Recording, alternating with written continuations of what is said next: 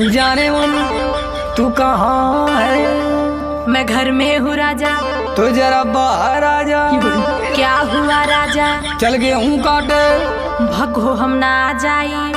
काहे रे काहे ना जाइबी? काहे की ब्यूटी मोर खराब हो जाई हो। कटी ना गेहूं तलिया के खियाई हो। जेली आयल हवे उहेला के खियाई हो।